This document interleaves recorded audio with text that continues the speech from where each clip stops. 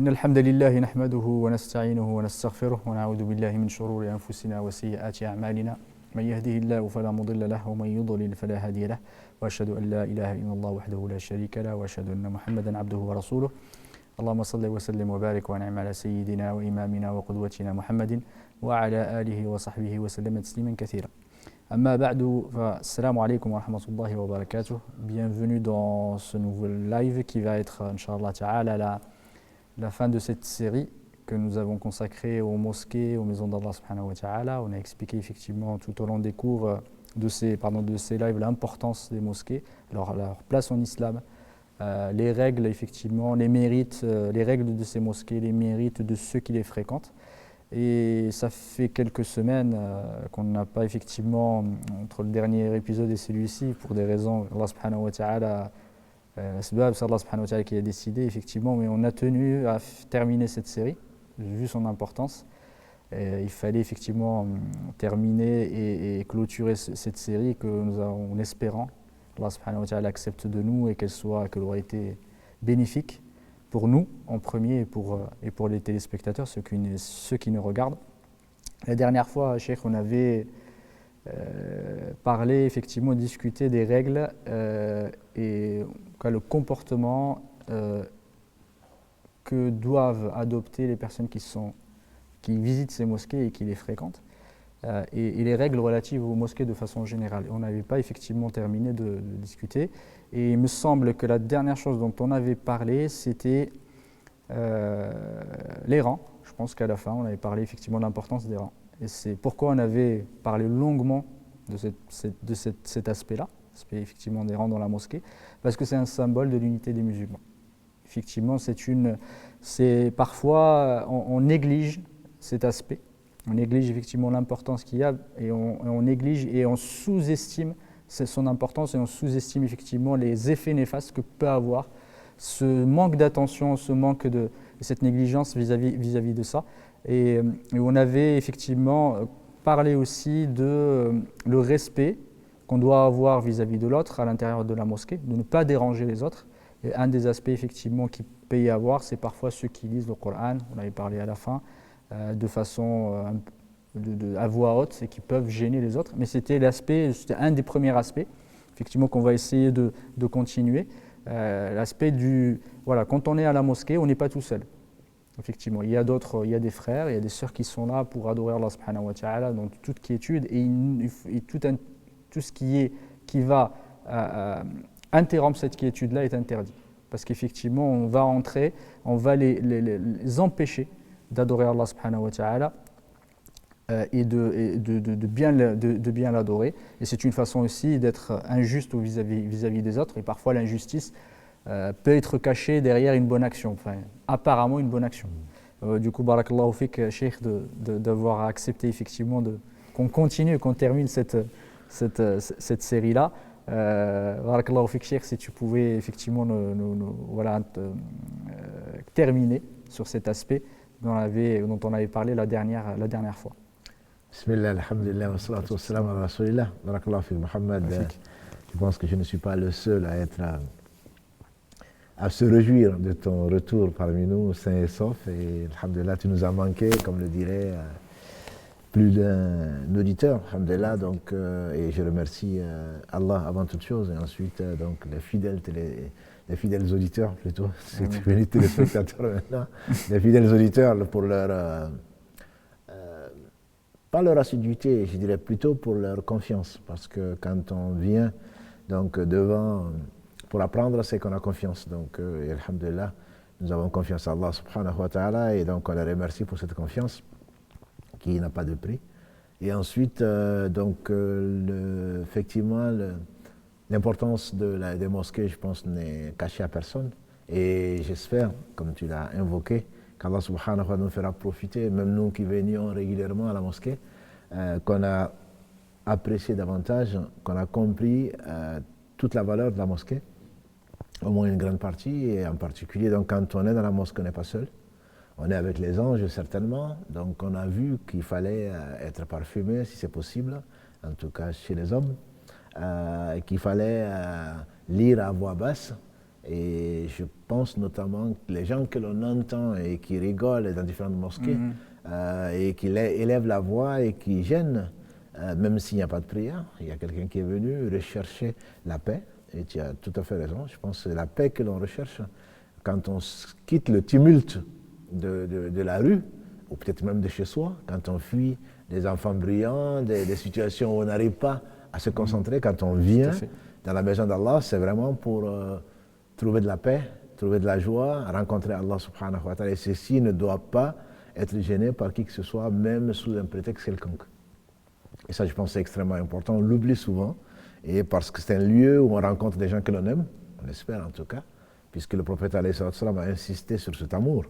Et comme il a dit, alayhi salatu salam, vous ne rentrerez au paradis qu'à la condition expresse d'être croyant, et vous ne serez croyant qu'à condition que vous vous aimez. Donc, alhamdulillah, on doit s'aimer en tant que croyant. Et donc, le moyen que nous a donné de nous aimer, c'est de passer le salam.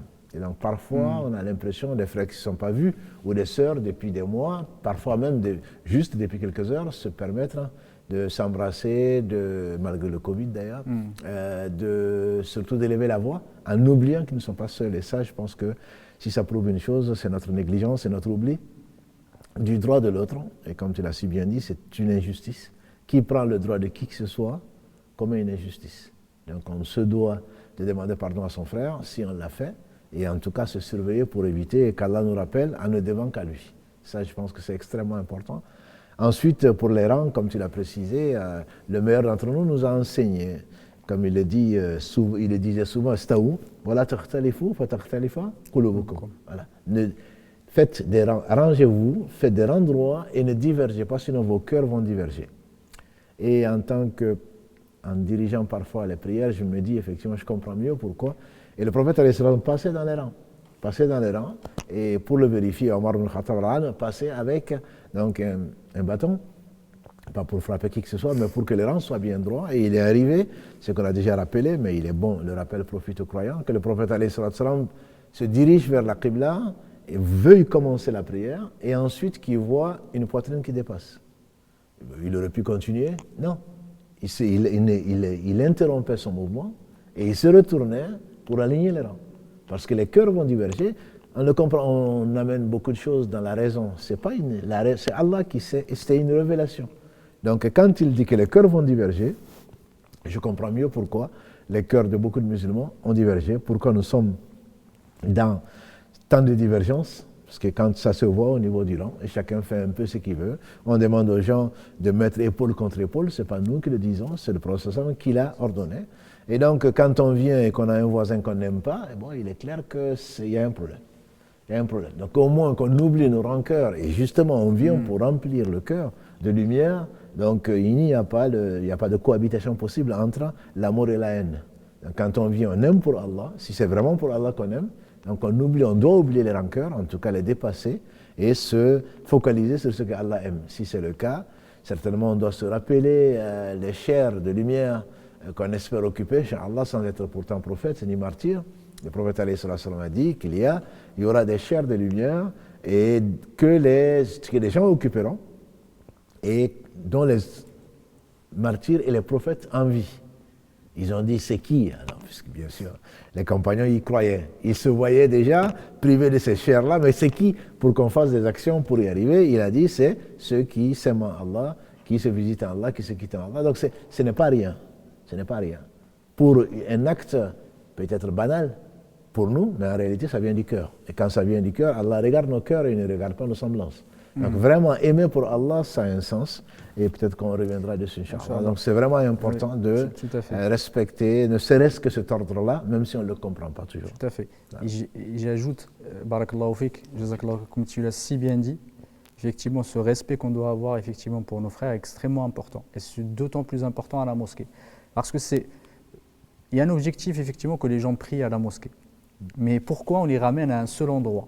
Tous, parce qu'ils auraient pu prier en fait. Allah subhanahu wa ta'ala aurait pu demander priez chez vous, parce que là on prie.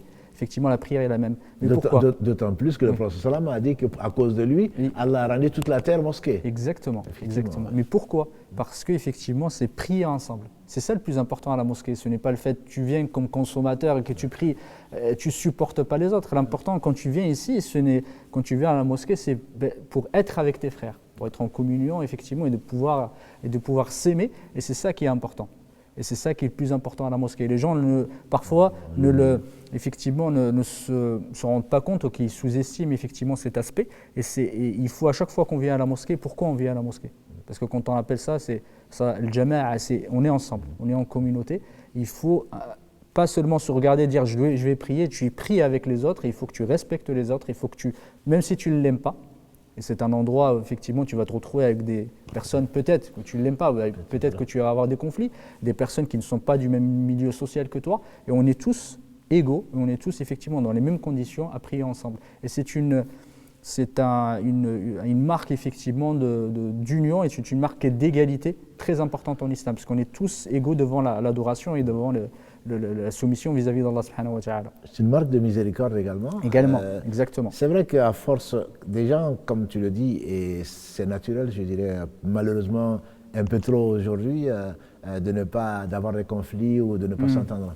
Mais le fait de voir la personne plusieurs fois par jour, au moins tous les jours, Allah nous oblige donc à se retrouver dans un même lieu. Et le prophète alayhi salatu wassalam, comme tu l'as si bien dit, il faut se mettre en rang et ranger. Il a dit, mettez-vous en rang. Est-ce que vous ne voulez pas vous mettre en rang comme les anges se mettent en rang devant leur Seigneur? Et donc que tout le monde, que l'on soit égaux devant Allah subhanahu wa ta'ala, peut-être que ce qui traînait encore comme,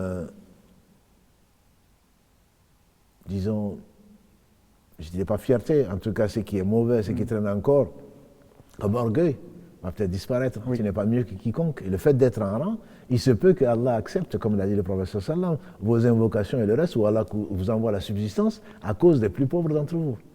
Voilà. Donc on ne peut pas se considérer, quand on est dans un groupe, ça donne l'espoir qu'Allah va accepter de l'un de ceux-là. Comme l'a dit le prophète sallam, il a insisté dessus, sur tous les rangs, le nombre de rangs, etc. Comme il dit, celui sur qui 40 musulmans monothéistes prient, Allah lui pardonne. Il parle de la prière funéraire. Celui derrière qui il y a 4 rangs de musulmans, de ses frères, Allah va lui pardonner.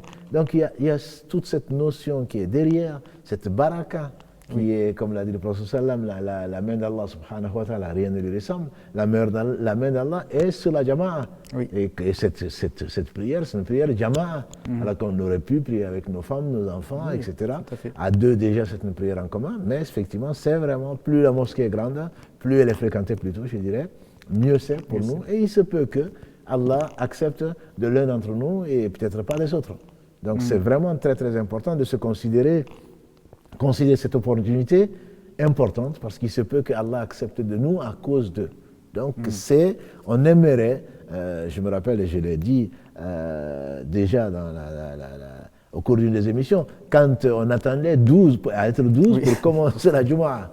Voilà. Et donc, alhamdulillah, Allah nous donne l'occasion de nous regrouper de plus en plus, ou à 5 occasions différentes au moins, de pouvoir donc se rassembler pour lui. Et là, quel que soit le ressentiment, comme tu l'as dit, qu'on peut avoir vis-à-vis de l'autre, mais il reste un frère. Il a le même Dieu. On est dans la même direction. On a le même prophète. On a la même guidée. On a le même livre. Donc, quelque part, on doit réfléchir comment est-ce que je peux me mettre à côté de quelqu'un et je partage, en fait, finalement, l'essentiel avec la personne. Voilà. Le plus important. Le plus important, en tout cas, le plus important, donc, on se doit, c'est une éducation qu'Allah nous donne. Même contre notre volonté. Involontairement, on y vient, mais ça a vraiment beaucoup de portée, c'est extrêmement important. Et alhamdoulilah, quand on a parlé effectivement de cette quiétude-là, quand on est à la mosquée, de ce respect, de cette fraternité, l'aspect de la parole dont tu as parlé tout à l'heure, le fait de hausser la voix, et même certains, les ulama, ont divergé effectivement sur toute parole, la parole qui n'est pas de l'adoration. Ils ont divergé. Est-ce qu'on a le droit à l'intérieur de la mosquée, effectivement, de discuter de choses de la vie? Et il y en a certains qui l'ont interdit, forcément. Parce qu'effectivement, quand on est à la mosquée, on est là pour adorer Allah subhanahu wa ta'ala, et toute discussion futile ou des discussions matérielles ou autres est interdite, pour certains. Mais bon, alhamdoulilah, c'est une question de divergence. Alhamdoulilah, On peut discuter d'autres choses, mais comme tu l'as dit tout à l'heure, mais tout en respectant, dans le respect effectivement et dans la bienveillance vis-à-vis des autres, mais parfois certains l'oublient. Ils viennent à la mosquée comme s'ils étaient dans le souk. Et si tu pouvais, Cheikh, parce que moi, ça m'est arrivé déjà, parfois les gens, ils s'oublient tellement, et parfois ils ont tellement l'habitude de venir à la mosquée comme s'ils étaient chez eux, ils étaient à l'extérieur, etc. Ou un café. Non, c'est vrai. C'est bon, Satan nous fait oublier l'essentiel, et donc vous nous faire perdre, puisqu'il n'a pas réussi, alhamdulillah, à nous empêcher de venir, il nous fait perdre donc la récompense. Oui, tout à fait. Et effectivement, on entend parfois, notamment au bled ou dans les lieux fréquentés, souvent d'ailleurs par les plus âgés, alhamdulillah, qu'il ne faut même pas parler d'autre chose que... C'est vrai que souvent certains le confondent avec les cafés ou le souk, ils parlent de tout et n'importe quoi, mais il est permis, alhamdulillah, dans le respect, dans la limite du respect, de parler d'autre chose, de demander les nouvelles de la famille ou autre chose. Il y a des hadiths qui sont authentiques où le prophète alayhi salatu wassalam souriait en entendant l'évocation d'un passé, pas forcément le plus glorieux, du temps de la jahiliya. Voilà, il ne s'agit pas bien entendu de le dire et d'en être fier ou de le regretter, pas du tout. Mais simplement échanger des choses sur des choses de la vie. La mosquée, c'est la vie. Et tu avais pris la précaution d'insister dessus. C'est vraiment le centre de la vie, c'est un lieu social aussi. Parler des problèmes sociaux que rencontrent nos frères, nos sœurs, c'est extrêmement important. Si on ne devait parler que lire le Coran, le Coran bien sûr c'est la parole incréée d'Allah, c'est très important. Mais également le Coran nous amène à l'entraide. Donc où est-ce qu'on va le faire? C'est le centre où l'imam ou le responsable va communiquer la situation des musulmans et des musulmanes, donc des plus faibles en particulier. Donc on peut parler des choses, mais toujours en essayant de respecter. Et si nous, comme l'a dit le prophète,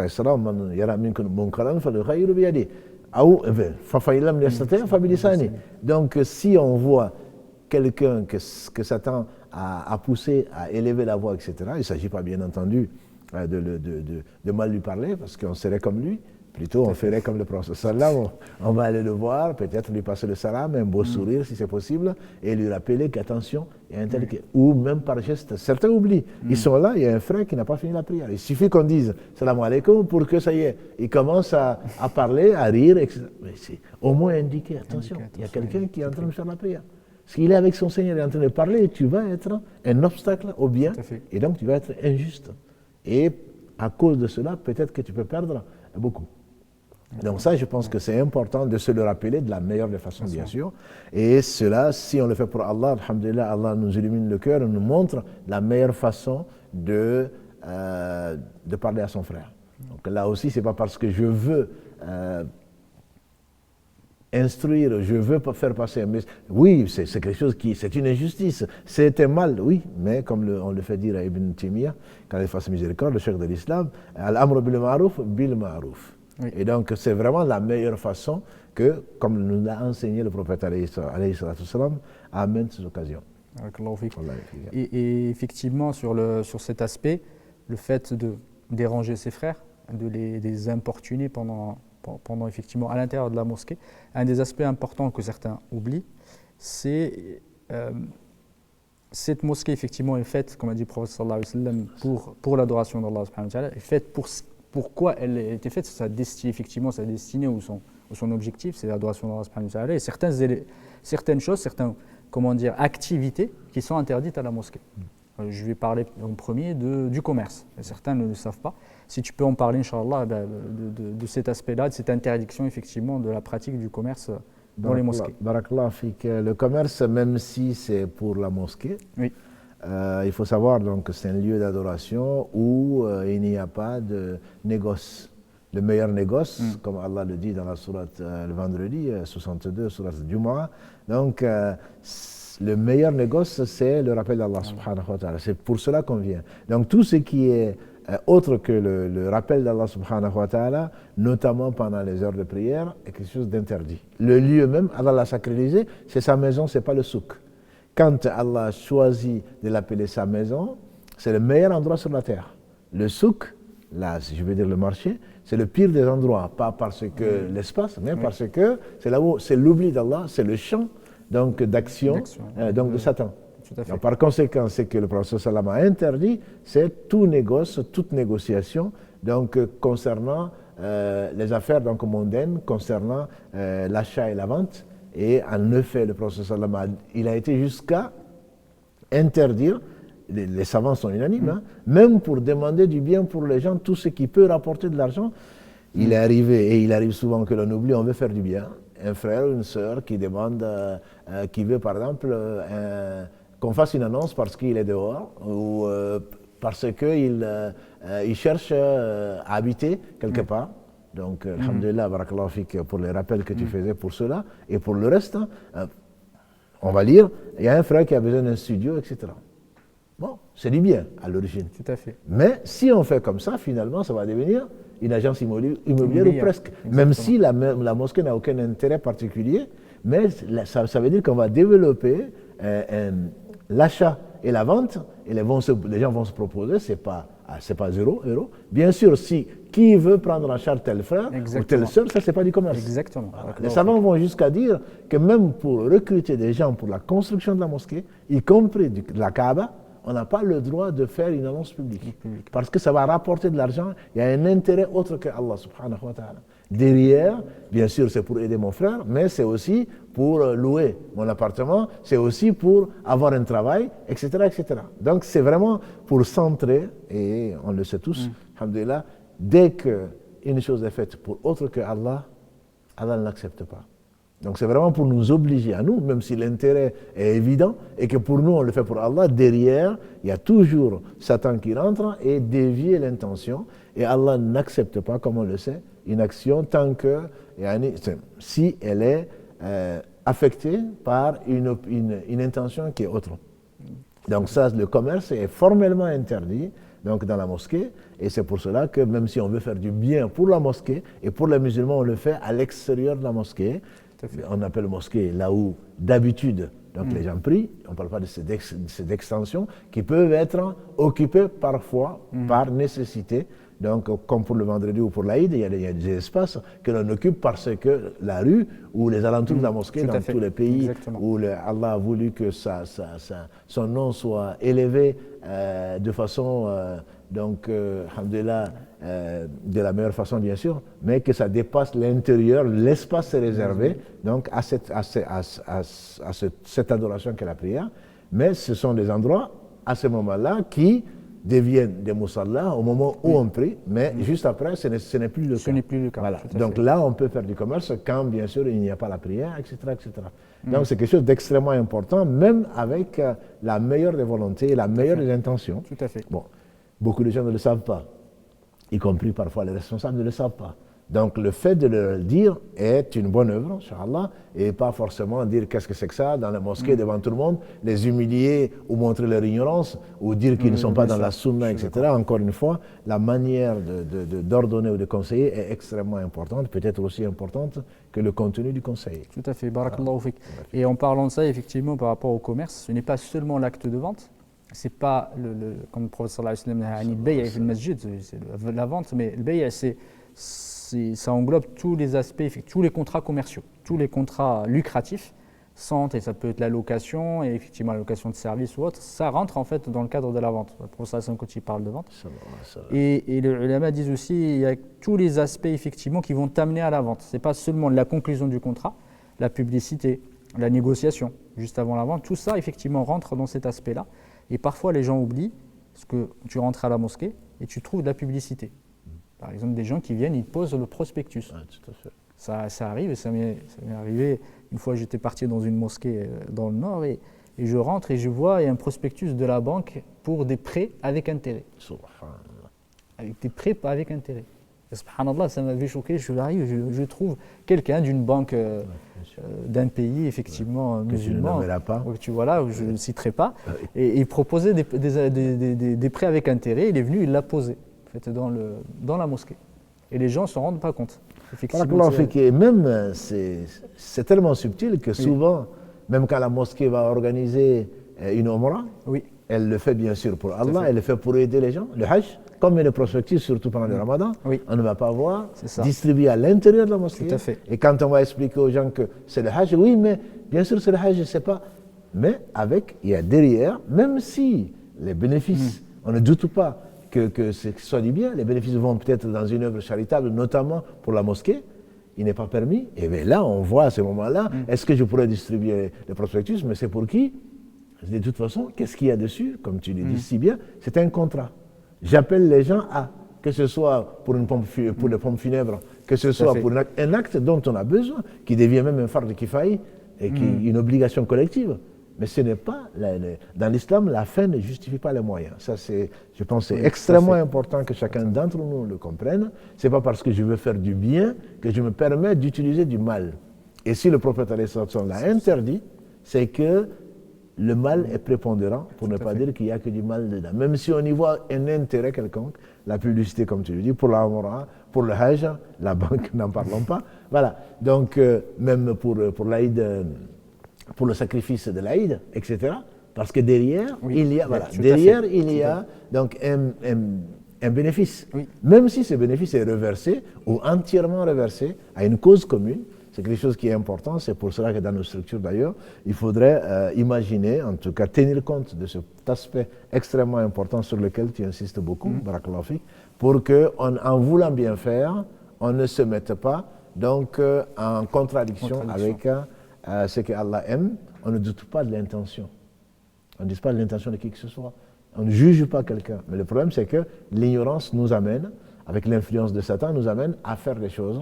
Inna Allah tayyib la yuqbal illa tayyib. Allah est pur. Il n'accepte que ce qui est pur. Et donc, ce n'est pas parce que Allah sait que je suis sincère. Si tu es vraiment sincère, tu apprends. Si tu es vraiment sincère, tu reviens de ton erreur. Si tu es vraiment sincère, tu fais ce que Allah subhanahu wa ta'ala a décrété dans sa maison ou en dehors de sa maison.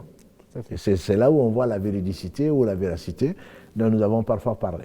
Je rebondis sur ce que tu viens de dire, sur effectivement le fait de vouloir faire du bien à la mosquée. Il y a un des aspects, il y a beaucoup de personnes qui posent cette question-là, et je pense que si tu peux en parler, ça arrive beaucoup dans nos pays ici, enfin pays européens. Certains posent la question, est-ce que si je veux me débarrasser de l'argent du riba, par exemple, que j'ai pu emmagasiner, c'est pas gagner, mais qu'on a pu me reverser, est-ce que je peux les reverser pour la mosquée? Barakallahu Fik, c'est une question, effectivement, on a toujours des mosquées en construction. Ouais, tout à fait. On pose souvent la question, j'ai des intérêts bancaires, et puisque je sais que ce n'est pas permis, alors pourquoi tu les as? Je viens de réaliser, mais tant mieux. Il y a dans la Tawba, il y a des conditions sur lesquelles on ne va pas revenir, mais la première condition que disent souvent les savants, c'est d'arrêter le mal que tu fais. Donc il faut l'arrêter, après regretter de ne plus le faire, etc. Là, on va se débarrasser du haram. Or, ce qui t'a peut-être rappelé ça, c'est « Inna Allah tayyib la yuqbal illa tayyib ». Tout à fait, c'est ça. Allah est pur, il n'accepte que ce qui est pur. C'est-à-dire que le haram, Allah ne l'accepte pas. D'où, quelle que soit la nécessité du musulman, on nous a déjà proposé ici et dans d'autres mosquées de faire des prêts bancaires pour finir la construction de la mosquée.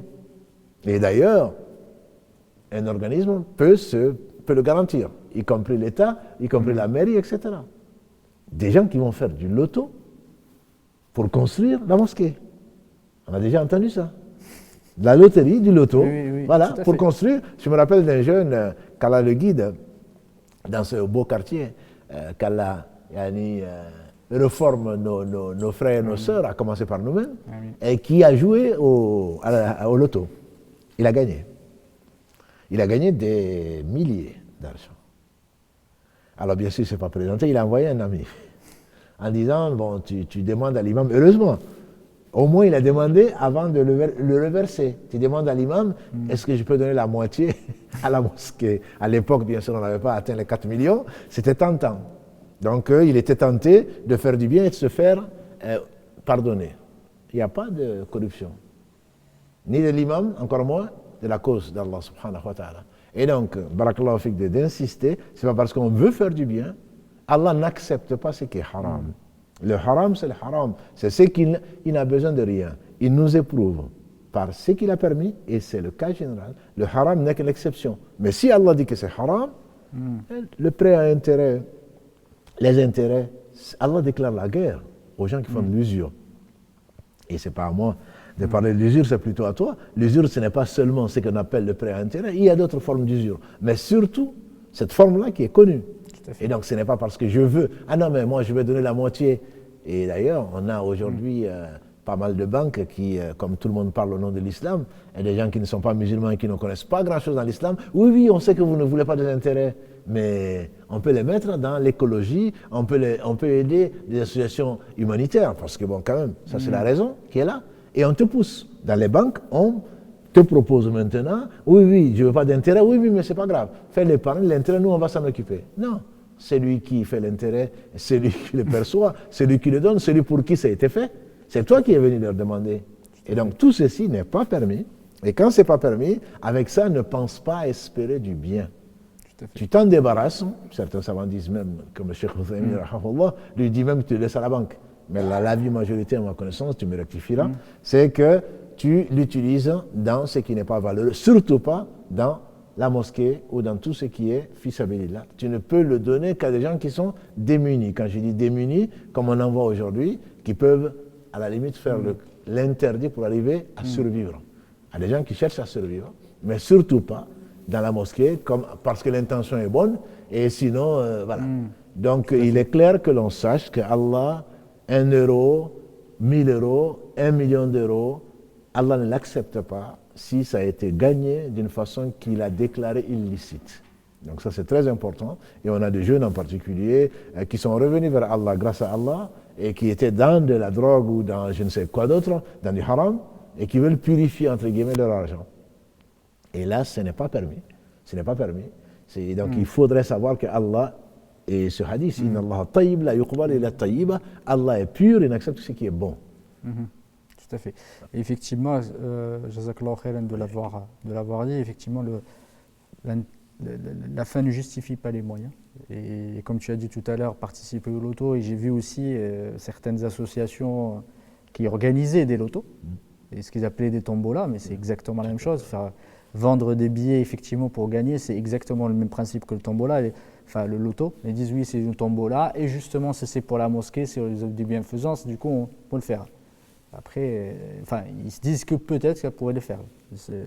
Le souci, c'est que les personnes, des fois, ils se donnent des fatwas à eux-mêmes, et ça, c'est problématique, effectivement. L'idée, c'est de se dire, alhamdoulilah, pour cet argent-là, il faut s'en débarrasser, et pas vraiment dans l'intention, comme disent les ulama, pas dans l'intention de faire une sadaqa, de faire une aumône, c'est dans l'intention de s'en débarrasser. Du coup, c'est pas les brûler, effectivement, comme tu as dit, c'est pas je prends l'argent et je le jette à la poubelle parce qu'il est interdit. On le donne dans effectivement, les œuvres de bienfaisance. Et les ulama, ils ont exempté la mosquée parce que la mosquée ne peut être reconstruite que sur effectivement, sur de l'argent propre et sur de l'argent qui n'est pas illicite. Et ça, c'est une exception par rapport à la valeur, effectivement, qu'a la mosquée. Et autre aspect, effectivement, certains ils se trompent un peu parce qu'ils croient que l'intérêt, dès le moment où on a emprunté de l'argent à une banque, c'est que tout cet argent est considéré comme de l'intérêt. Ce n'est pas cet argent qu'on a emprunté, c'est l'intérêt qu'on donne effectivement à la banque qui est considéré comme étant l'intérêt. Ce n'est pas l'argent qu'on a emprunté. L'argent qu'on a emprunté, on l'a emprunté. Effectivement, la maison qu'on a achetée avec intérêt, elle est à nous, cette mosquée, cette maison-là. Ce que interdisent les ulama, c'est de continuer effectivement ce contrat usuraire et continuer effectivement à reverser de l'intérêt à la banque. Et la maison reste à nous. C'est pas certains en fait ils prennent la maison qu'ils ont effectivement payée parce qu'ils l'ont payée pendant des années et des années avec l'intérêt en plus. Et ils se disent la maison, j'ai plus le droit d'habiter dedans, je m'en débarrasse alors que la maison est à vous. Les ulama ne disent pas tu te débarrasses de ta maison. Parce que tu l'as payé cette maison, effectivement, avec de l'argent que tu as mérité, que tu as gagné. C'est l'argent qu'on donne qui est intérêt, c'est ça qui est considéré comme étant du riba, c'est ce qu'on perçoit en plus, effectivement, du prêt. Et les gens, voilà, des fois, ils font la confusion entre les deux. En fait, je pense que c'est très important d'éclaircir ceci, surtout que grâce à Allah, des gens reviennent vers Allah après avoir acheté des maisons à crédit, etc. Et finalement, dans l'ignorance, Satan les pousse à tout abandonner, y compris leur famille et tout le reste. Exactement. Et voilà. Et donc, je pense que c'est, d'ailleurs, ce que tu dis, même du temps de la Jahiliya, on dit Allah ne fait que le meilleur. Il a voulu que le Hijr Ismaïl soit une partie de la Kaaba, et pourtant elle n'est pas couverte, on peut y prier. Nous, pour aller rentrer dans la Kaaba aujourd'hui, aujourd'hui c'est peut-être plus facile avec le Covid, mais c'est extrêmement difficile, il faut cliquer sur Internet pour pouvoir voir l'intérieur de la Kaaba. Or, Allah nous permet dans le Hijra, dans le demi-cercle. Donc, on dit que même les Quraysh, avant la venue du prophète sallam, on dit, Allah seul sait où est la vérité, en tout cas Allah a décrété on dit qu'ils ont demandé, quand la Kaaba a brûlé, ils ont demandé que chacun n'amène que de l'argent halal. Et pourtant, ils sont polythéistes. Tout à fait. Que de l'argent halal. Donc c'est une question de respect. Quand on va donner quelque chose à ses propres enfants, j'espère qu'on va suer, on va prendre son vrai salaire et pas ce qu'on aura volé pour faire nourrir la famille. Parce que quand les gens étaient pieux, leurs compagnes leur disaient « Crains Allah et ne nous amène que ce qui est halal ». Le corps qui est nourri de halal ne mérite pas autre chose que le feu. Le prophète, comme il l'a dit dans ce très beau hadith que beaucoup d'entre nous connaissent, en parlant du halal, donc la suite, c'est qu'il a donné l'exemple de cet homme qui fait des voyages, on dit spirituels, avec les cheveux, il est poussiéreux, il a les cheveux non peignés, etc., qui lève les mains, Ya Rab, Ya Rab, et il a dit, son manger est haram, son habit est haram, et comment est-ce qu'il veut être exaucé. Voilà. Donc ça, je pense que c'est important que l'on sache, c'est l'une des conditions pour être exaucé. Et ça, c'est très important. Peut-être qu'on se demande, moi je demande à Allah depuis, j'ai fait le Hajj depuis, j'ai fait ceci, j'ai fait cela, Allah ne m'exauce pas. Mais le prophète a dit, comment est-ce qu'il veut être exaucé? Son ventre est rempli de haram. Et donc, par rapport à ce que tu as dit, c'est extrêmement important. C'est que les savants demandent, c'est ce qui est haram, c'est l'intérêt que l'on paye. On a emprunté, moi je peux t'emprunter sans intérêt. Donc je suis endetté, je me dois de payer ça. Et ça, tu le payes. Simplement, c'est avec des intérêts. Donc ce qui est interdit, ce n'est pas d'emprunter. Ce qui est interdit, c'est d'emprunter avec intérêt. Par conséquent, une fois qu'on a une maison et qu'on réalise, soit qu'on a fini de payer ou qu'on réalise que ce qu'on avait fait n'était pas bien, et alhamdoulilah, certains le savent et ils disent je savais que c'était pas bien, mais je l'ai fait quand même. Donc ils réalisent, ils reviennent vers Allah, et Allah, pour qu'il accepte son retour, il faudrait qu'on arrête ce que l'on fait. Et donc on doit vendre cette maison-là, et Allah pourra bénir cette vente, et le capital nous appartient. Donc on doit rembourser. Et ensuite, si Allah veut, donc on peut acheter le reste, parce que, comme tu le dis si bien, ce n'est pas l'argent, ce n'est pas les millions ou ce n'est pas les centaines de milliers qu'on a empruntés, qu'on a remboursés, qui sont haram. C'est ce qu'il y a au-dessus. Et donc, on se doit de demander, quand on ne sait pas, de rembourser ses dettes, bien sûr. Et à ce moment-là, il se peut que Allah subhanahu wa ta'ala, qui nous a permis de revenir vers lui, accepte notre retour. Tout à fait. Parce que effectivement, j'ai voulu que tu en parles parce qu'on a eu quelques questions auparavant et certaines personnes croient qu'effectivement, il a acheté la maison avec intérêt et c'est de sa maison qui est haram, il faut qu'il s'en débarrasse. Il se retrouve des fois dans des difficultés. Effectivement, il ne sait plus où il a habité avec ses enfants, etc. L'idée, c'est pas d'autoriser le prêt avec intérêt, c'est-à-dire qu'effectivement, ces maisons-là, on peut les acquérir. C'est pas ça la question, c'est juste... Effectivement, quand on se débarrasse, c'est de se débarrasser de ce contrat usuraire et se débarrasser aussi des intérêts qu'on perçoit lorsqu'on a des comptes épargne ou autre. Ça, peu importe effectivement qu'elle soit minime, le montant soit minime qu'on ait perçu, c'est interdit. Et je dirais que ça soit 1 euro ou 10 euros, dans le ithme, effectivement, c'est exactement la même chose.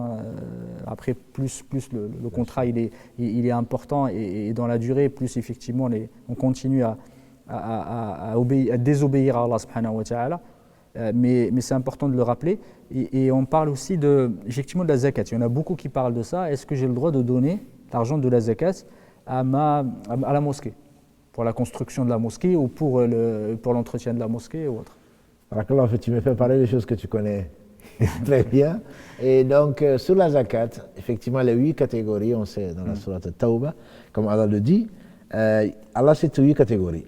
Donc les savants, ils ont divergé sur l'une des catégories, c'est Fisabilillah. Fisabilillah, c'est quoi? C'est dans le chemin d'Allah.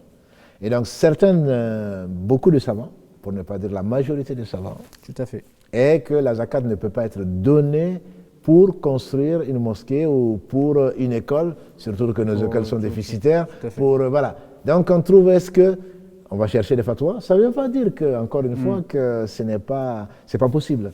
Et simplement, les écoles, les mosquées qui sont dans des difficultés demandent souvent, profitent. Il y a des savants contemporains très respectables qui disent que fils abilillah, c'est tout ce qui contribue donc à la notoriété de l'islam, à défendre l'islam, etc. Donc, y compris le donner, de construire des mosquées, etc. Mais l'avis le plus fort et l'avis majoritaire du Jumhur, c'est que la zakat, on est là, donc fils abilillah, c'est plutôt pour subvenir aux besoins des gens qui ont donné, donc qui se sont absentés, des gens qui ont fait des efforts et qui sont payés pour ce fait, qui sont payés par Allah.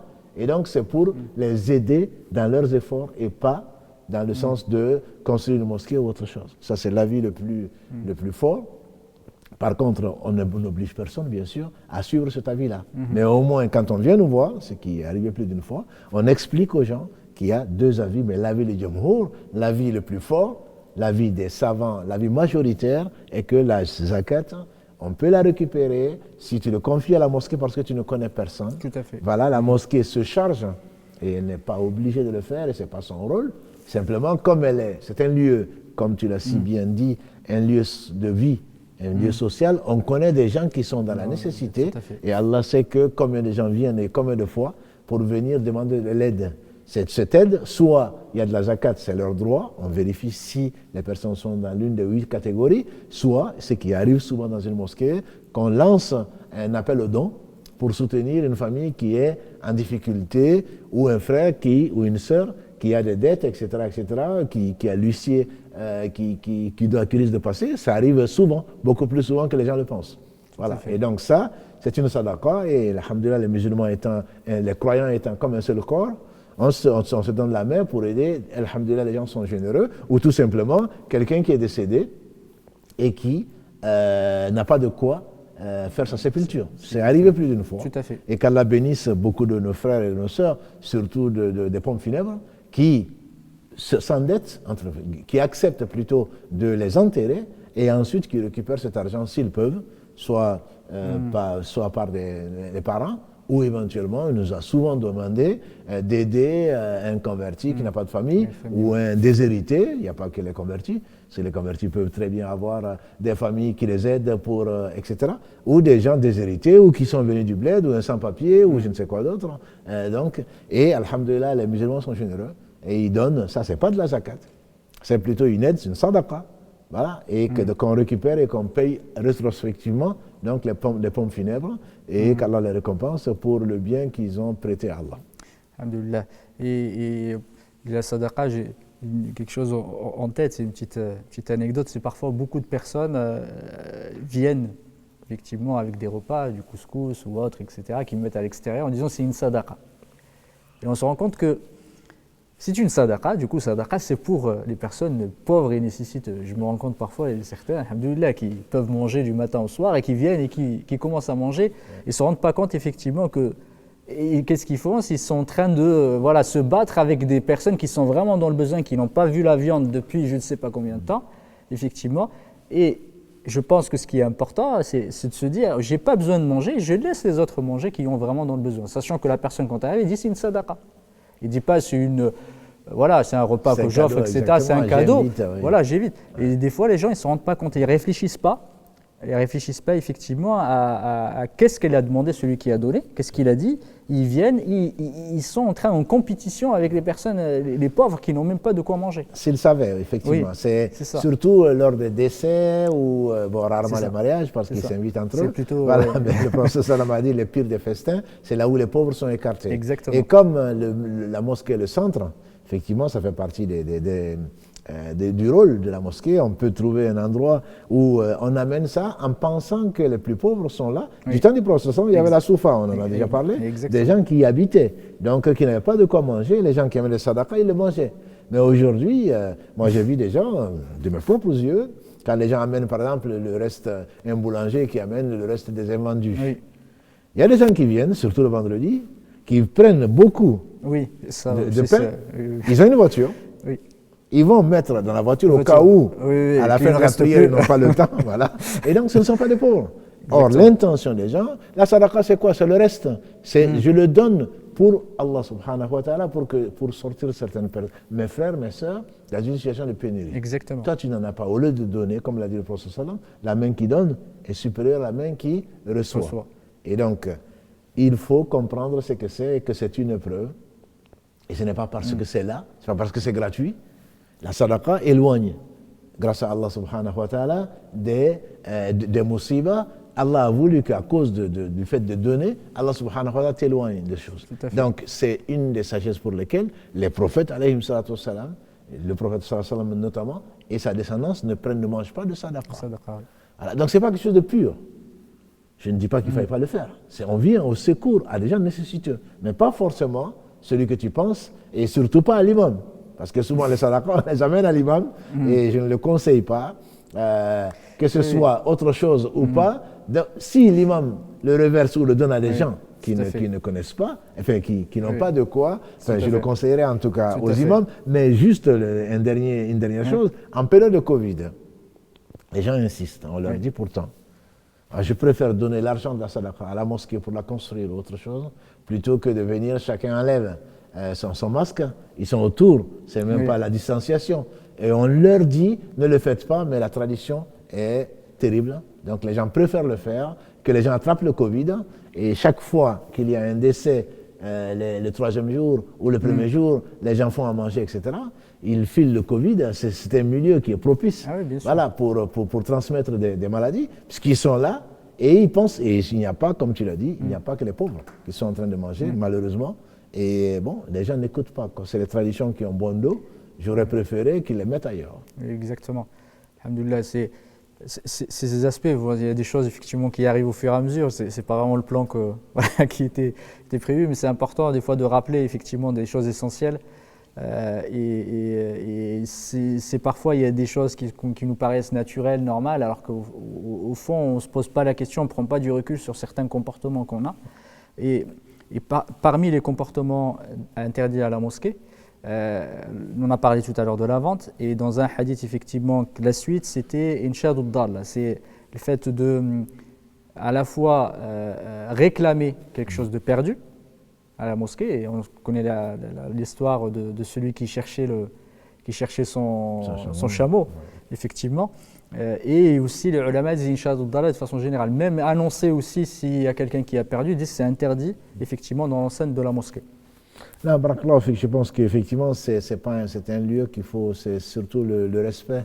La grandeur d'Allah subhanahu wa ta'ala, on la considère et elle doit être présente dans le cœur. La grandeur de ce qu'il a honoré doit également l'être. C'est-à-dire qu'on doit avoir honte. Avoir de la pudeur vis-à-vis d'Allah, c'est également respecter tout ce qu'Allah a voulu, a défini comme quelque chose de respectable. Tout à fait. Et bien entendu, ces créatures sont respectables. Et notamment quand il a accolé, par pure miséricorde, son nom à des choses. Donc la mosquée, c'est la maison d'Allah. On n'est pas là en train de « j'ai perdu, qui a pu ceci ?» Donc quelqu'un est venu, comme tu l'as rappelé, demander, il a perdu son chameau, et le prophète a dit qu'Allah fasse que tu ne le retrouves pas. Et effectivement, je suis convaincu qu'il n'a pas retrouvé. Voilà. Donc venir demander, souvent c'est par ignorance, ou parce qu'on est désappointé. Et je ne sais pas où j'avais la clé de ma voiture, mais d'accord. La chercher, certainement. Et c'est pour cela, mais aujourd'hui, on dira qu'il faut mettre un endroit, peut-être dans une mosquée, les objets trouvés, voilà, plutôt que de les empêcher. Attention, ce n'est pas parce que tu as trouvé dans une mosquée, c'est une sadaqa. Parce que nos frères aussi, tout ce qu'on trouve dans une mosquée est une sadaqa, ils la prennent, ils s'en vont. Non, ce qui ne t'appartient pas, ne t'appartient pas. Tout à fait. Allah sait que ça ne t'appartient pas, le prendre, donne à un responsable qui va le mettre quelque part. Et s'il y a un endroit, quelqu'un qui réclame, on va lui donner. Mais on ne réclame pas, ni à haute voix, ni à quoi que ce soit dans une mosquée. Tout à fait. Et si on ne craignait pas d'être agressé, on dirait qu'Allah fasse que tu ne le retrouves pas ce que tu cherches. Exactement. On va penser que tu es quelqu'un de mauvais. Non, c'est une sunna. Il ne faut pas demander. Par contre, que l'on dit ceci a été trouvé ou un endroit d'objet trouvé, ça, je pense que c'est plus qu'une sunna. C'est plus qu'une sunna, j'entends par là, c'est recommandé. Parce que c'est aider ton frère à retrouver son bien. Voilà. Et donc là, c'est pas parce que tu as perdu une montre ou un téléphone, surtout aujourd'hui, c'est devenu très très cher. Voilà, j'ai perdu mon téléphone, qui l'a trouvé, et ceci et cela, ce n'est pas bon signe. Et on n'a pas à diffuser, encore moins que l'imam prenne le micro, quelqu'un qui a trouvé le téléphone de ceci et cela. Non, ce sont des choses malheureusement par ignorance ou par empathie tout simplement. On se met à la place de la personne, comment elle va partir, elle a perdu ses clés. Bon, alhamdoulilah, on va prier Allah subhanahu wa ta'ala qu'elle retrouve ses clés, sinon elle prendra le bus ou elle téléphonera à quelqu'un de venir le chercher jusqu'à ce que... C'est une épreuve. Mais il y a des choses qui sont importantes et le prophète n'a pas laissé un iota de choses importantes qui plaisent à Allah sans nous l'indiquer. Donc il ne faut pas penser que oui, mais ça c'était avant, oui, mais comment je vais faire? Justement, c'est une épreuve. Est-ce que tu vas aller à l'encontre de ce que Allah a prescrit comme meilleur comportement parce que ça t'arrange, ou est-ce que tu vas quand même croire en Allah, lui demander de l'aide, et certainement celui qui demande de l'aide, il va lui accorder. Voilà. Donc ce sont des choses qui sont peut-être, qui semblent en tout cas minimes, mais dont les conséquences peuvent être terribles parce que, encore une fois, qu'Allah bénisse, l'imam Ibn Qayyim, comme il le disait, il n'y a pas un mal qui arrive individuellement ou à la communauté sans que cela ne soit dû à la désobéissance au prophète sallam. Et qui désobéit au prophète sallam, désobéit à Allah subhanahu wa ta'ala. Ça a l'air de rien, mais c'est énorme. Exactement. Même la désobéissance de ta bête qui ne veut pas avancer, tu y vois effectivement, c'est parce que tu as désobéi à Allah. Je pense que c'est, alhamdoulilah, le fait de vivre, c'est de suivre les pas, en tout cas au moins de lire, de profiter de ce qu'Allah a voulu, grâce à Allah et par Allah, à ce que certains sages ont dit.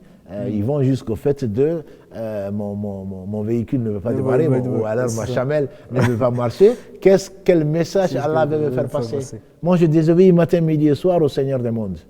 Et ma bête refuse de marcher. Et alors, pourquoi je vais me fâcher? Voilà. Donc, c'est très important. Mon enfant, mon compagnon, ma compagne refusent ceci et cela. C'est qu'on doit, au lieu de se fâcher, de s'énerver, de la divorcer 3 fois, on doit se poser la question de savoir quel message Allah veut me faire passer. Et Ibn Qayyim raconte dans Péché et guérison qu'il y a un homme qui est sorti et un chien qui a aboyé. Le chien a aboyé, il est retourné chez lui, il a fait les ablutions, il a fait 2 rakats, il est ressorti, le chien n'a plus aboyé. Et on lui dit, mais pourquoi? Il dit, parce que je me suis rappelé d'un péché que j'ai fait et j'ai été demandé pardon à Allah. Donc le prophète alayhi sallam, qu'est-ce qu'il disait? Wa na'udhu billahi min shururi anfusina wa min sayyiati a'malina. À cause, on demande protection auprès d'Allah contre les tendances de l'âme et les conséquences de nos péchés. Et Allah seul sait qu'on en fait. Et donc Allah nous pardonne et qu'il nous rappelle surtout. Et que notre réflexe soit celui du prophète sallam de demander souvent pardon à Allah subhanahu wa ta'ala.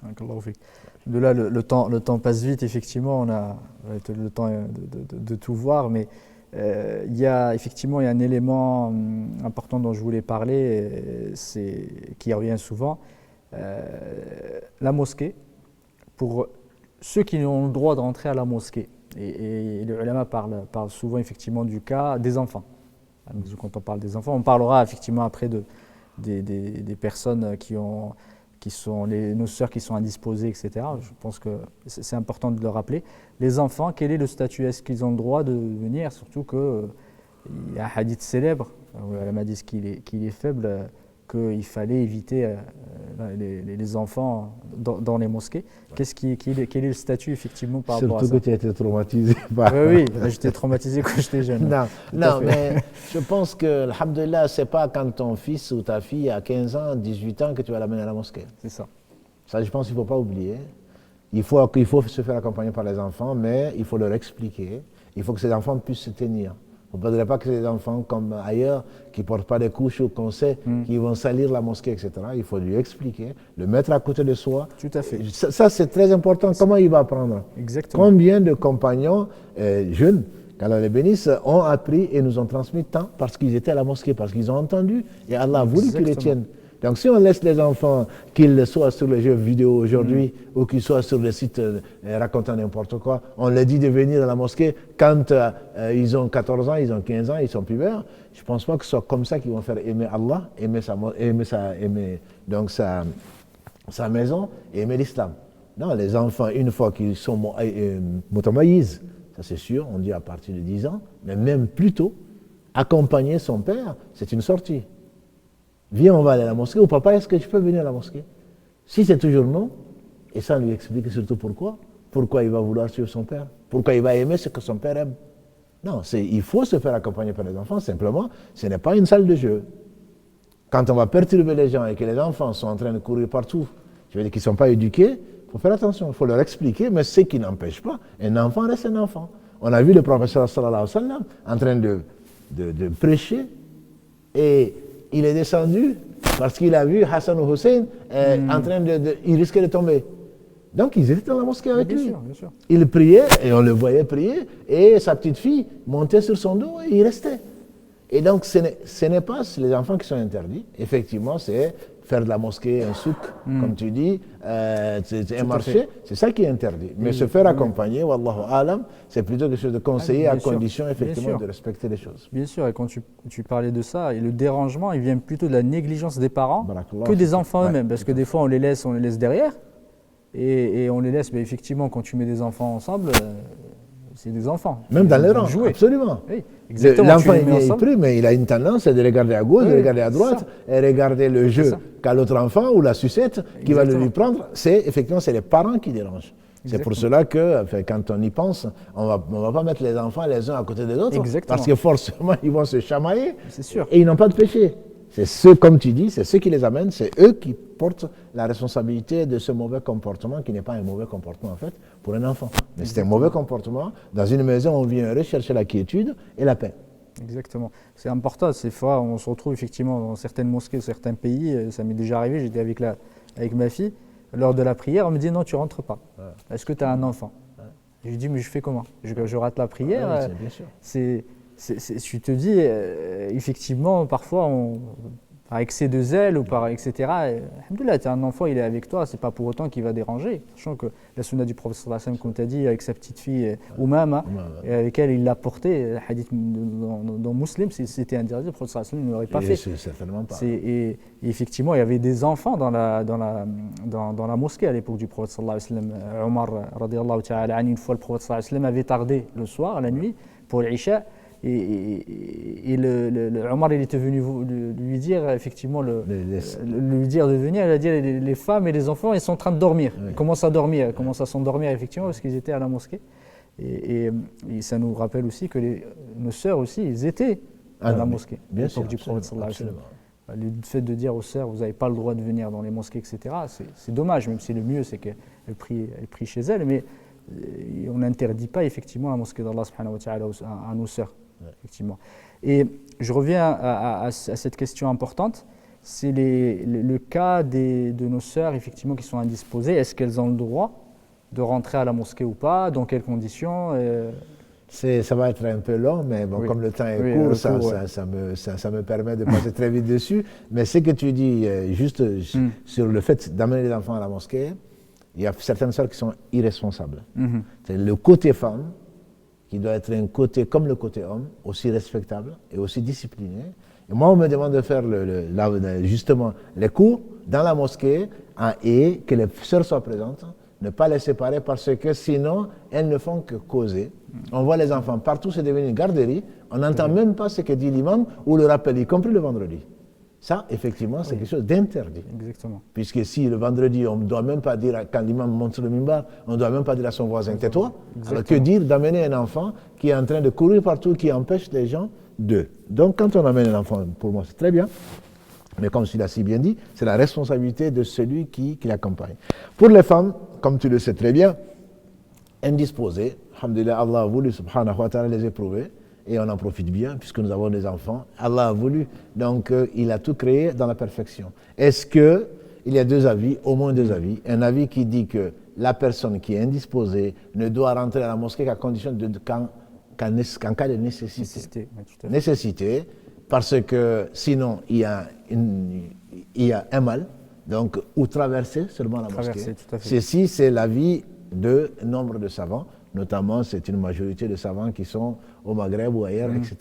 Il y a des savants contemporains qui disent que la femme peut venir si elle a une raison de le faire, c'est-à-dire pour écouter, par exemple.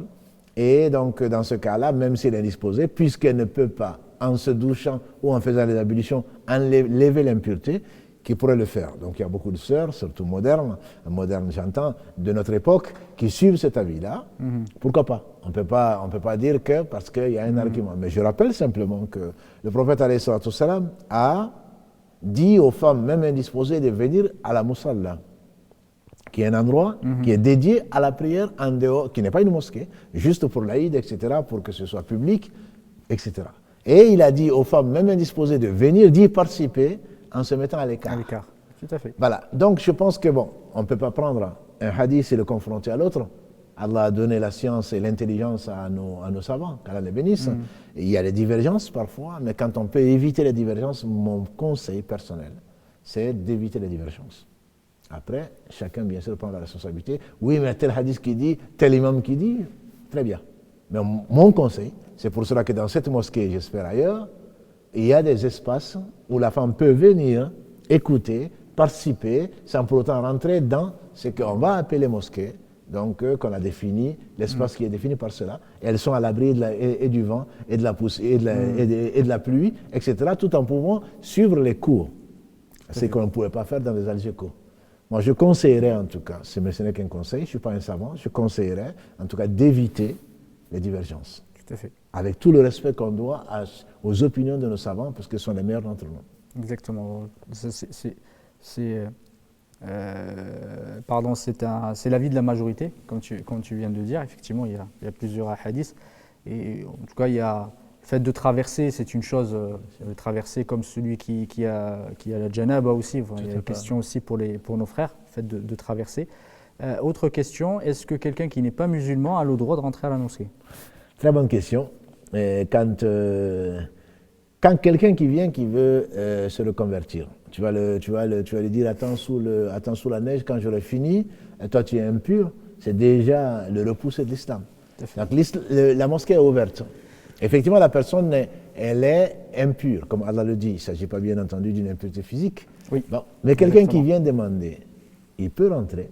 Quelqu'un qui vient pour nécessité, parce que sa spécialité est qu'il veut réparer l'électricité ou je ne sais quoi d'autre, bien sûr que oui. À ma connaissance, c'est quelque chose de permis. Mais ce n'est pas un endroit où on vient s'amuser, etc., comme musulman ou non musulman. Mais on peut recevoir, un non-musulman peut rentrer dans la mosquée, sauf, comme les savants le précisent, la Kaaba, où Allah subhanahu wa ta'ala a défini, alhamdulillah, très clairement qu'un non-musulman n'a pas à rentrer dans le Masjid Haram. Là, à ma connaissance, il n'y a pas de discussion dessus. Et même là, quand Allah a éprouvé les musulmans et qu'un commando d'égarés a voulu prendre d'assaut, ils ont fait bien venir le GIGN de France. Et ils sont bien rentrés, ils n'ont pas fait la shahada avant de rentrer. Parce que là, c'est une question de vie ou de mort. Exactement. Donc, sauf exception, dans la Kaaba, un non-musulman ne doit pas y rentrer. Dans les autres mosquées, on peut y rentrer. Je ne dis pas que ça devienne une salle de tourisme, comme dans certaines mosquées. La mosquée n'a pas été construite pour la faire visiter. Mais on ne peut pas interdire de visiter, alhamdulillah. C'est un moyen d'appeler les gens vers Allah. Exactement. Et donc, surtout, quelqu'un qui vient visiter la mosquée n'est pas là, et ce n'est pas un islamophobe.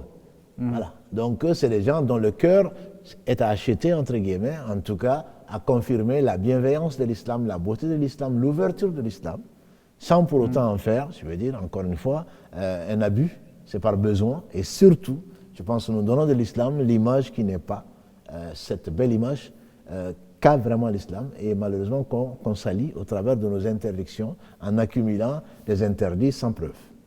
Jazakallahu khairan.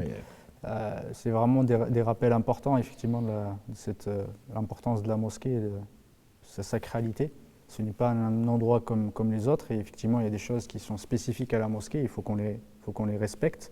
Et j'espère, Inch'Allah, effectivement, sensibiliser assez les frères, que dans les mosquées, ce n'est pas n'importe quel endroit.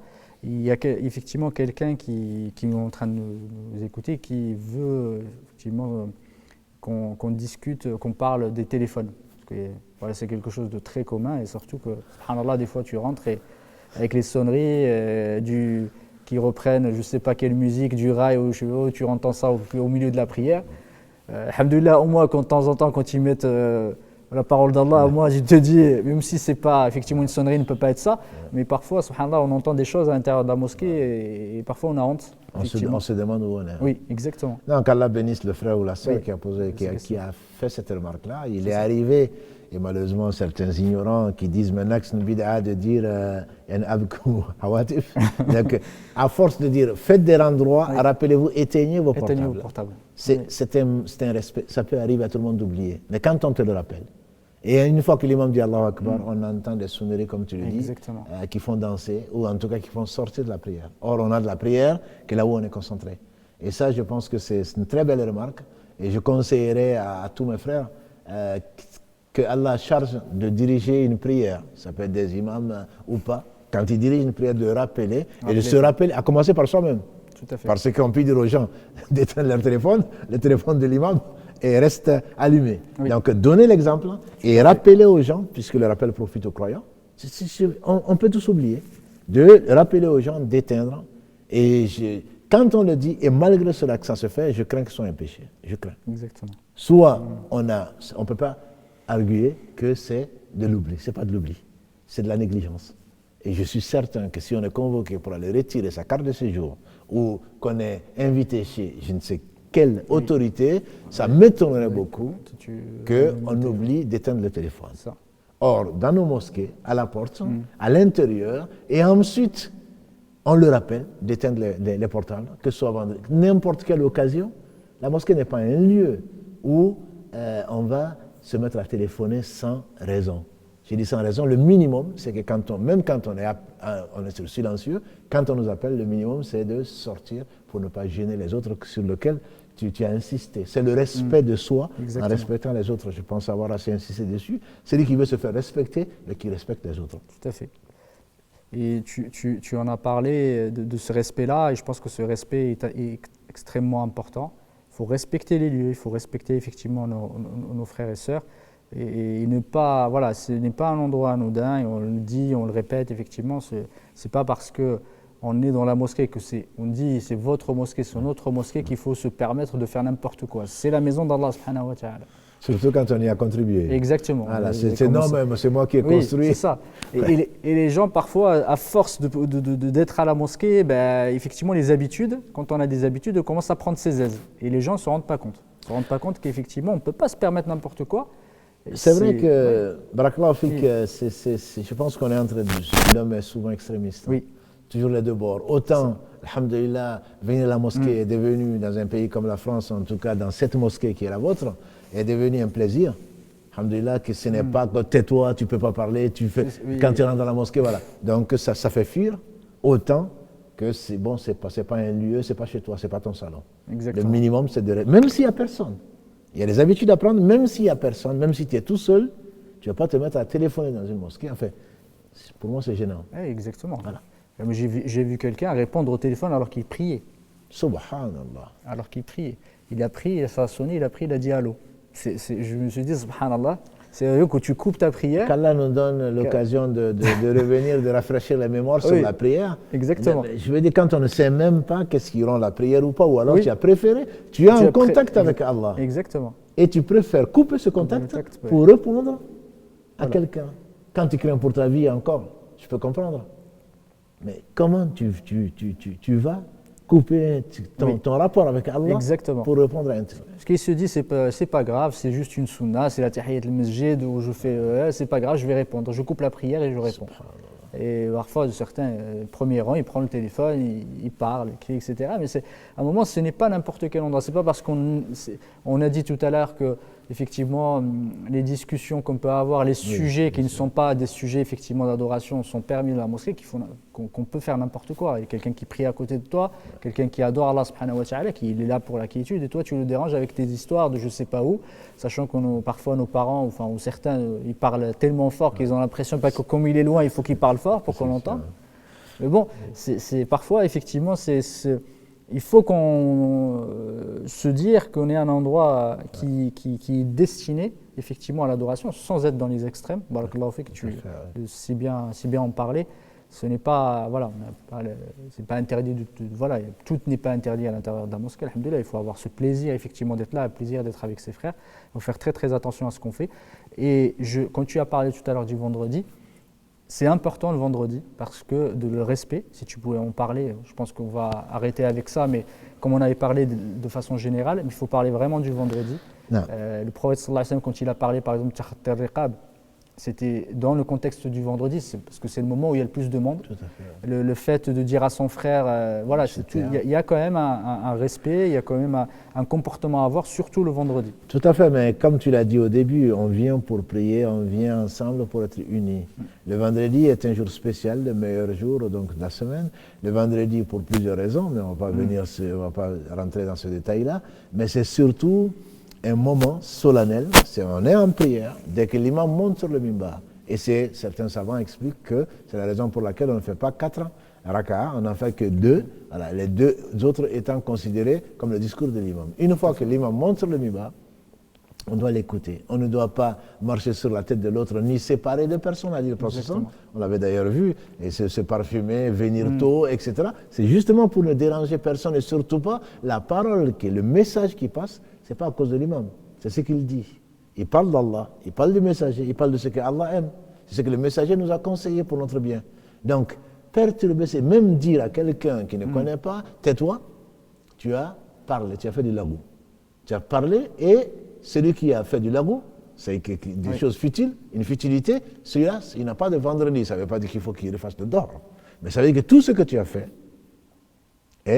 n'est pas comptable. Tu n'as pas la récompense de ça. Exactement. Donc, le vendredi est très important. C'est pour cela, entre autres, qu'il faut venir tôt, qu'il faut porter ses habits, comme on l'a dit, les meilleurs des habits, qu'il faut se parfumer quand c'est permis, de venir au premier rang, de se mettre en face de l'imam, et les récompenses sont énormes. Les récompenses sont énormes. Mais surtout, parce qu'on entend parfois les gens rentrer « Assalamu alaikum », qui va provoquer les gens qui vont lui répondre « Wa alaikum », alors que l'imam est sur le mimbar. L'imam est le seul à ce moment-là, il ne doit d'ailleurs pas abuser pour attaquer les gens. Voilà. L'imam est le seul à ce moment-là à pouvoir parler. Tout le reste, on n'a pas le droit de passer, sauf, bien entendu, en cas de nécessité extrême. Sinon, on n'a pas le droit. Donc vraiment, c'est un moment solennel qui ne doit pas être trop long. C'est un moment solennel où personne ne doit parler et même ordonner du bien ou interdire le mal. Exactement. Donc c'est quelque chose d'extrêmement important le vendredi, au moment particulièrement où l'imam est sur le mimbar. Et là, même le bon prétexte d'empêcher les gens de faire du mal n'est pas permis. C'est à l'imam de le faire, assieds-toi, ou ceci. L'imam peut donner des ordres, mais on n'a pas à dire parce que l'imam est sur le mimbar, tais-toi, l'imam est en train de parler. Non, on a déjà perturbé. Nécessairement, on va se retourner pour voir la personne. Nécessairement, on va couper le discours de celui qui avertit ou rappelle aux gens. Donc, ce que Allah subhanahu wa ta'ala aime et agrée. Et c'est l'un des rôles donc, de ce rassemblement particulier qui est celui du vendredi. Et effectivement, tu as parlé de ça, écouter, et c'est important pour le vendredi d'écouter. Il y a beaucoup de frères qui arrivent et qui n'écoutent pas, c'est-à-dire qu'ils s'assoient. Ils ont perdu tout le bénéfice effectivement du vendredi, c'est d'écouter effectivement le rappel de Dieu, et c'est important, le rappel à Dieu, et c'est important d'écouter. Et parfois il y en a qui s'endorment, qui font la sieste, ça arrive qu'on soit fatigué, mais le jour du vendredi est extrêmement important. C'est le moment vraiment où tu dois être le plus alerte possible, au lieu de s'endormir, parfois les ulama même disent il faut pas s'asseoir effectivement sur les poteaux, sur les murs, parce que ça va t'amener à dormir. Et même le fait de s'asseoir et mettre donc sa tête sur les genoux, c'est une position donc qui a amené à l'assoupissement. Et tout ceci, il faut l'éviter. Ça dépend pourquoi on vient. Et bien sûr, c'est administratif pour beaucoup. Oui. Si le père revient ou le frère revient et son épouse lui demande qu'est-ce qui a été dit vendredi, elles ont le droit bien sûr de venir, comme tu dis, puisque les femmes des compagnons venaient le vendredi. Et qu'est-ce qui a été dit aujourd'hui, le sujet? On ne s'en souvient plus, on n'a pas écouté. Et souvent dans les hadiths, barakallahu fik, dans les hadiths, c'est qui vient et qui écoute. Si tu n'écoutes pas, pourquoi tu es là? Donc il faut vraiment venir écouter et comprendre si c'est possible, ensuite demander des renseignements si besoin est. Et donc le vendredi est fait pour venir écouter le rappel d'Allah subhanahu wa ta'ala, écouter ce qui pourrait nous faire revivre donc le cœur, et écouter éventuellement les besoins de la communauté, si on peut aider, etc. Ne serait-ce que pour prier pour les gens. Exactement. Et du coup, le vendredi est important, l'injustice est importante, et voilà, l'injustice est à proscrire ce jour-là, parce qu'il y a beaucoup de monde, effectivement, il y en a beaucoup qui adoptent un comportement, on va dire, exécrable ce jour-là, parce qu'ils ont envie de prier. Ils prient une fois par semaine à la mosquée, ils viennent, Eh bien, s'ils viennent, il faut qu'ils prient. Et effectivement, ils prennent le droit des autres. Ils peuvent parfois se garer n'importe comment, mentir pour pouvoir rentrer, parce que parfois les mosquées sont pleines, et de dire, parce que ça peut arriver, certaines mosquées que j'ai entendues. C'est déjà arrivé. C'est arrive, il ment pour pouvoir rentrer. Ouais, tout à fait. Pour pouvoir rentrer alors qu'on dit qu'il n'y a pas de place. Et lui, il veut rentrer à la mosquée, du coup, il fait un péché, effectivement, pour. Il dérange, voilà, tout le monde, il il fait de l'injustice, et Oui. comme tu insistes souvent dessus, barakallahu fik, l'injustice, comme a dit le prophète sallam, ce sont des ténèbres, zulmat yawm al-qiyamah. Exactement. Et qu'Allah nous rappelle en ne devant qu'à lui, tout seul. L'injustice, que ce soit même à un animal, on va payer. Exactement. Que dire alors? On vient chercher des bonnes actions, on espère en tout cas, et on va se bagarrer. Il y a quelqu'un qui veut rentrer avec sa voiture, carrément, qui veut écraser les frères qui ont sacrifié. Donc la sécurité, qui ont sacrifié. Ils pensent que les gens sont payés, et non, parce qu'eux, ils ne feront rien gratuitement, ils pensent que les gens sont payés pour le faire. Et même là, s'ils vont dans un magasin, s'ils vont ailleurs, s'il y a des vigiles, ils les respectent. Et là, c'est leurs propres frères qui ont choisi, qui ont sacrifié l'écoute. On prie pour eux, qui ont sacrifié, qui sont là bien avant tout le monde et qui partent bien après tout le monde. On les respecte, de prier pour eux. Ils sont là en train de mentir, de tricher. Et quand ils viennent, ils rentrent. Ils marchent sur les gens, ils rentrent. Non, parce qu'il pleut. Et d'accord, pourquoi tu n'es pas venu plus tôt? Exactement. Et ceux qui sont dehors, tu es plus intelligent qu'eux. Donc, ce sont des frères et des sœurs. Il reste des frères et des sœurs. Et ce sont des occasionnels. Ce sont des gens qui sont des saisonniers. Alhamdulillah, il faut aussi que les autres comprennent comme tel, comprennent le ramadan. Certains viennent à la mosquée pendant le ramadan. Et il faut les comprendre, il faut les éduquer, il faut être patient avec eux également, notamment les responsables. Et il faut trouver le juste milieu. Le juste milieu. Effectivement,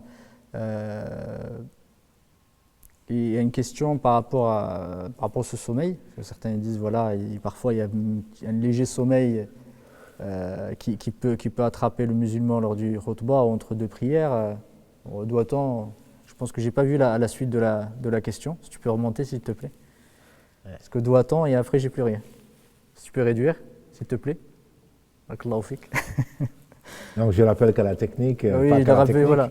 Nous avons l'assistance de Mohamed et de Karim, comme d'habitude. Aujourd'hui, on est au complet. Voilà, barakallahu fik. Doit-on refaire les ablutions? Voilà. C'est ce que je sais. Je ne voulais pas compléter par n'importe quoi. Alhamdulillah, surtout que la question ne vient pas de toi. Donc, les savants font la différence entre l'assoupissement et le sommeil. Donc, quand on entend encore, mais on ne comprend pas, on appelle ça l'assoupissement. Et certains disent, je ne veux pas dire qu'il faut prendre le chapelet à main, mais quand on n'entend plus, ou quand on se réveille en sursaut, on a rêvé, là, bien entendu, on a sommeil. Quand on a fait du sommeil, c'est quelque chose qui rend les ablutions. Donc, on doit refaire les ablutions, avant de faire la prière en tout cas. Pas traverser toute la mosquée, si ça peut gêner, etc. On peut attendre que l'imam termine, aller ensuite refaire ses ablutions, surtout que j'espère qu'il y aura des toilettes ou des points d'eau où on peut les refaire assez rapidement. Même si on a raté la prière, mais on n'a pas le droit, par honte ou par autre chose. Mais effectivement, quand on entend son voisin, comme tu l'as si bien dit, en train de ronfler, ben, si on ronfle, a priori, on a dormi. C'est vraiment pas une somnolence. Voilà. Donc on entend surtout les gens d'un certain âge en train de ronfler, qu'on le sache. Et si on hésite, le mieux, à mon avis, c'est d'aller refaire les ablutions. Si on peut, le prophète a refait les ablutions, même s'il les avait. Donc quand c'était juste, on a eu une absence dans un discours, et c'est peut-être l'occasion pour rappeler aux imams que parfois il faut réveiller les gens. C'est pas un manque de respect. Le prophète, quand il parlait parfois, surtout de l'au-delà, on avait l'impression qu'une armée allait envahir l'endroit. Et pourtant, ce n'était pas un cri, ce n'était pas quelqu'un qui criait, c'était le plus respectueux des hommes. Mais c'est comme s'ils voyaient l'enfer, c'est comme les compagnons du prophète d'ailleurs le savaient. Ils disent quand ils parlaient, eux, c'est comme s'ils voyaient l'enfer. Quand ils parlent du paradis, c'est comme s'ils voyaient le paradis. Donc il faut vivre, la communication est très importante. Les moyens également, ce n'est pas pour se montrer, pas du tout. C'est simplement parce qu'on le vit.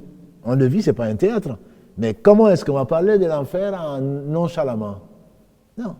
Je veux dire, ça devient de la musique ou je ne sais pas quoi. Non, il faut toucher le cœur. Il faut toucher le cœur, pas parce qu'on veut se faire aimer, parce que c'est important, parce qu'on veut faire aimer Allah, on veut faire aimer la vérité. Et l'enfer, ce n'est pas quelque chose dont on peut parler en souriant. Ce n'est pas possible. Quand on y croit, ce n'est pas possible. Et donc, il arrive, d'ailleurs, quand ça arrive, parfois l'imam, parce qu'il s'énerve en parlant de choses importantes, on voit des gens se réveiller. Bon, tant mieux. Parce que c'est quelque chose d'important. Donc le sommeil, elle n'est pas, quand ça arrive, on espère que c'est exceptionnel, il faut se réveiller, et le voisin n'a pas à dire oh, réveille-toi. Bon, s'il peut donner un coup de coude, on espère que la personne va être sortie de sa somnolence. Quand c'est le sommeil, il faut refaire les ablutions, puisque la prière n'est pas valable sans tahara, sans purification. Et comme tu as si bien dit, effectivement, la khutbah du vendredi, c'est un moment important, et c'est parfois pour certains, c'est le seul moment où ils entendent on va dire, un cours ou un dars, voilà, quelque chose effectivement qui va les rappeler à Dieu. C'est important effectivement que ce khutbah soit un moment exceptionnel, un moment important pour rappeler aux personnes, pour les intéresser, pas seulement à quelque chose d'administratif où il faut faire voilà, une khutbah comme on pourrait effectivement écrire voilà, quelque chose. Il faut vraiment se dire qu'on est devant beaucoup de personnes, et ces personnes-là, il y en a certains qui sont plus cultivés que d'autres, etc. Du coup, il faut prendre en compte aussi l'auditoire, prendre en compte aussi ceux qui écoutent, le contexte. Il y en a beaucoup effectivement aussi qui font effectivement des khutbahs qui sont trop longues. On connaît la sunna du prophète sallallahu alayhi wa sallam, ces khutbahs n'étaient pas aussi longues que ça. C'est vrai. C'est vrai. C'est tout à fait vrai. Mais je me dis qu'en deux langues, ce que j'espère, parce que tu m'as tendu la perche, c'est pour écouter. Oui. Donc quand on entend et qu'on ne comprend pas, c'est sûr que ce n'est pas une façon. Exactement. Et aujourd'hui, alhamdulillah, dans beaucoup de mosquées, notamment en Europe, et même nous savons dans les pays non musulmans, dans les pays plutôt arabophones, nous disent que c'est permis, même conseillé. Et dans beaucoup de pays maintenant musulmans, il y a pas mal de jeunes qui ne comprennent pas, ou même de personnes âgées qui ne comprennent pas l'arabe. Et donc ils traduisent. Tout ceci rentre dans l'esprit général. Allah dit dans la sourate Ibrahim 14, donc on n'a pas envoyé un messager si ce n'est dans la langue de son peuple pour qu'il explique. Et donc on vient ne vient pas, quand l'imam même comprend rarement bien dans certains pays l'arabe, et il prend des anciens prêches, il lit, je ne suis pas sûr qu'ils le comprennent, et même quand il parle d'Allah, on entend Amin, Amin. Ça veut dire que les gens n'ont même pas compris ce qu'il dit, ils sont en train de dire Amin, alors qu'ils n'ont pas compris que l'imam n'est pas en train de faire des invocations. Voilà, donc expliquer aux gens, c'est vraiment fait pour être expliqué. Mais comme tu dis, on abuse souvent, soit par la passion, on est lancé dans le discours, mais il faut quand même que les gens comprennent.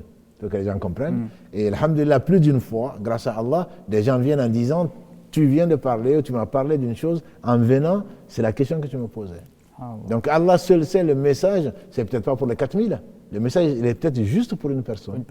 Qui ressort de là, comme l'a dit le professeur Sallam, ya Ali, vas-y doucement, si par toi Allah guide quelqu'un, c'est mieux pour toi que les chameaux roux. Donc nous, on cherche souvent peut-être la quantité, et malheureusement, quand le cœur n'est pas pur, l'éloquence, et je ne sais quoi d'autre. Non, c'est le cœur qu'il faut viser. Si Allah veut guider par toi, tu as tout gagné. Exactement. Mais, comme tu dis, il faut être dans la mesure, il faut respecter les gens aussi, c'est de ne pas trop être trop long, de ne pas s'imposer, mais bon, qu'Allah nous pardonne et qu'il nous guide. Alhamdulillah, c'est des choses effectivement que les imams parfois doivent prendre en considération, surtout parfois quand on prie à l'extérieur, dans le froid, dans la pluie, etc. Il faut quand même regarder, certains effectivement, parfois même raccourcir, comme ce que parfois ça arrive, que tu as fait effectivement. Ouais. Parfois quand on voit, il y a un orage à l'extérieur, si tu ne vas pas laisser tes frères sous l'orage, et tu te dis c'est pas grave, il faut que je finisse quand même ma khutbah. Il faut prendre en considération ses frères, et c'est de la miséricorde effectivement qui est nécessaire, qu'Allah subhanahu wa ta'ala a rendu obligatoire vis-à-vis de ses frères. En tout cas, jazakallahu khairan, barakallahu fik. On va effectivement terminer comme d'habitude avec l'énigme. L'énigme, donc aujourd'hui je suis très content, puisque personne n'a eu l'énigme. Bon, c'est pas pour cela, mais je félicite donc Tidjani et ses frères, Abou Bakr et Aziz, qui ont fini par l'avoir, mais sont les seuls. Ce sont des enfants de 12 ans et moins. Et donc, je les encourage, j'encourage les parents, je remercie Allah, puis je remercie les parents de les encourager, et souvent, comme me dit leur mère, ils ont eu ce que leur mère n'a pas pu avoir. Donc, alhamdulillah, l'énigme était recherchée, Mais je vous assure que ce n'est pas, c'est vraiment pour nous aider à comprendre notre religion, à chercher. Et tout le temps que nous passons à chercher, nous serons, Inch'Allah, récompensés comme de l'adoration. L'énigme était donc, je peuple la terre, j'ai été acteur de délivrance et révélateur de l'ignorance. Il s'agissait du verset 14 de la sourate 34. Sulayman alayhi salam, quand Allah l'a rappelé à lui, il était sur le bâton. Les djinns, s'ils savaient, comme Allah le dit, s'ils savaient quoi que ce soit, ils n'auraient pas continué à être à son labeur. Ils continuent à travailler puisque Allah lui a donné cette capacité à lui et qu'il a demandé. Et il était celui, le prophète alayhi salam, un jour meilleur, un djinn est venu le perturber, il l'a pris, il l'a attaché au pilier de la mosquée. Et ensuite, il s'est rappelé de cette demande de son frère, Sulayman, que Allah lui donne une royauté, une possibilité qu'il ne donne à personne d'autre. Et donc, il a délié donc, le djinn. Autrement, il voulait le montrer aux compagnons du prophète sallam. Donc, les djinns travaillent sous son ordre et il les faisait faire ce qu'il voulait, grâce à Allah. Et il a fallu que les termites, ou ce qu'Allah appelle, il y a Dabatul Ard, les termites, on dirait aujourd'hui, qu'ils aient rongé son bâton et à ce moment, il s'est écroulé. Donc, il est mort et resté debout. Et ce sont les bêtes de la terre, qu'on dirait aujourd'hui les termites, qui peuplent, comme vous le savez, la terre, et qui ont été révélateurs de l'ignorance. Et ils ont délivré les djinns du travail énorme qu'ils étaient en train de faire. Et donc, je dis encore félicitations à nos enfants, aux petits-enfants donc, que j'ai cités.